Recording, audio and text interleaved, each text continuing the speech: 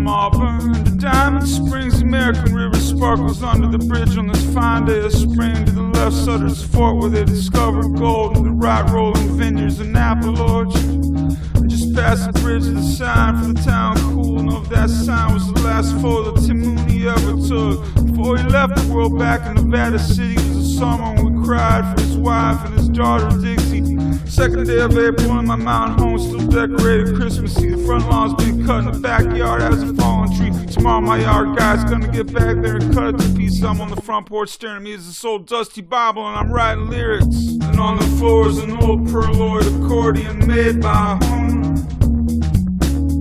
3 gas lamps, 2 antique, and the other 4. And I'm out here and it feels good in this moment. Writing words on my big black Victorian wraparound porch. Next week I'll be leaving, maybe slightly, but not so sadly. Gonna see Manny Pacquiao's third fight against Timothy Bradley, where I predict Manny will lose by decision. Suckering with the 4th fight, brains bashed in his hanger-ons keep winning. Then I'm going down to New Orleans for Gulf Coast oysters. That's right, baby, I'm living my dream.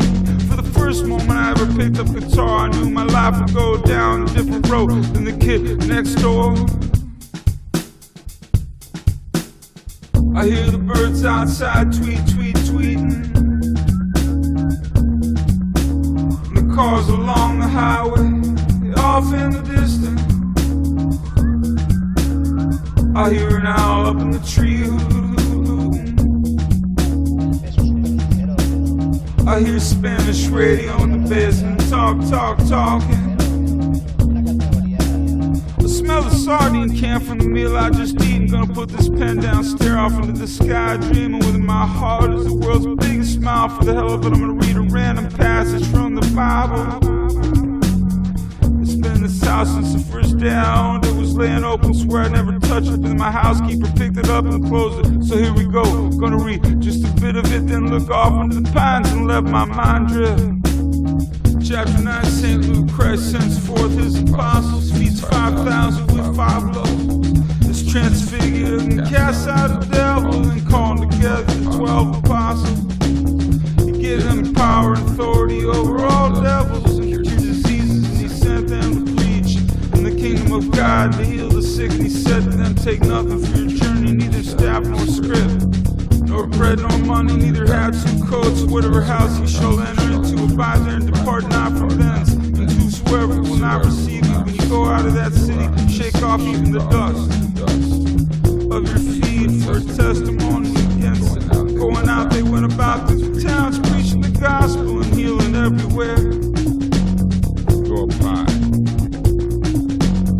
So there it was, I read a part of the book of Jesus. Now I'm eating sunflower seeds and chili lemon peanuts. Sipped on a bottle of glacial smart water. And fell asleep until from upstairs my girl woke me up when she hollered. 12:45 a.m. SNL with Gwen Stefani and the short actor guy. What's his name? Y'all, the beautiful day and the beautiful night. I love my girl, my home, and this miracle of life. 1:04 a.m. Vidara Hotel, room 14,015, April 9, 2016. Our day started today with many kisses. You were on your way out the door to Southern California until the 14th, and I was on my way to Las Vegas and to New Orleans. When you said bye and closed my apartment door behind you, a heavy feeling fell upon me. It hit me in a very real way that we'll live the rest of our lives together, and that gives me so much happiness and comfort. But it also hit me harder than ever before that one day we'll say goodbye for a final time. Every day we get closer and closer to death. I have no illusions of an afterlife and have no idea how much longer I have on this planet or what my quality of life will be in 5, 10, 15 years. Where will our final goodbye be? What condition will I be in? And how will your health be? Are we even sure we'll be in the same place when one of us has to go? I don't like goodbyes. and I've had enough last goodbyes with people to know that it's the most painful emotion in the world. I don't want to live for eternity. Life is filled with too much sorrow.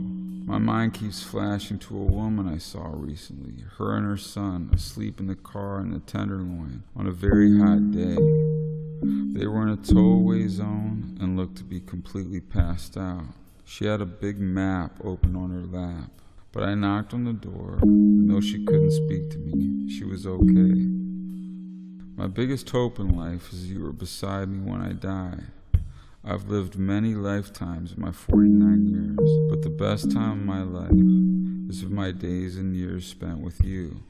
I'm getting older, and my stomach is bloated and feels off. I burp too much. I'm that middle-aged guy with a gut that I never thought I'd be. And here I am in Las Vegas. Family men with bellies bigger than mine are walking around with Guns N' Roses t-shirts. My elevator was shared with people who have arrived from the Philippines to see the Pacquiao fight. How many more times will I fly to Las Vegas? I saw Pacquiao when he was rising in San Francisco in 2000 at Bill Graham. Now he's 37, and this might be his last fight. My money is on Bradley to win by decision. That's why I'm here, to see what may be Manny's last fight, if in fact he does win. I'm getting older, and Las Vegas is as wild as ever. But I'm tired, and I hear the hum of a small refrigerator. My mind and my eyes are fading. Vidara Hotel, 1:03 p.m., April 9th. Meeting Tony in the lobby at 2 p.m. for lunch. Just turned on CNN. Paris terror fugitive is hitman in Brussels bombing. I woke up at about 9 a.m. Terrible nightmare that Caroline and I were being followed by this creepy lizardy-looking plastic surgery guy I saw on the plane yesterday. He was following us to a hotel, but I was diplomatic, turned around and told him we'd meet him on a balcony of some bar nearby. When we arrived and talked to him, he started throwing insults at me, and I knocked his drink out of his hand and into the street. He stayed there unfazed. Then I grabbed him by his neck, lifting him, pushing him almost, but not quite, over the balcony. I told him to go fuck himself and to stay the fuck out of our lives. He finally shut his stupid mouth, and as we left, Caroline told me that I was good with dealing with creeps. That was the end of the dream. April 10th, Seat 2E, United Airlines, Las Vegas to New Orleans. The fight didn't go as I thought. To me, the math added up to Bradley winning by decision, if it went the distance. But Bradley was knocked down twice and lost. Bradley had a few moments, and I jumped up out of my seat, threw my fists in the air, and got pumped up with excitement. But Manny was faster and countered him. Manny was the best fighter that night. We were in seat 19B, right where the fighters entered and exited. I felt bad for Bradley when he passed. His trainer, Teddy Atlas, looked deflated, yet stoic at the same time as he exited. Manny's mother and his wife and kids were all smiles when they exited. I sat in my chair for a long time after the fight, hemming and hawing about the defeat. I owe money on my lost bet. The fight hadn't gone as I predicted, and that's life.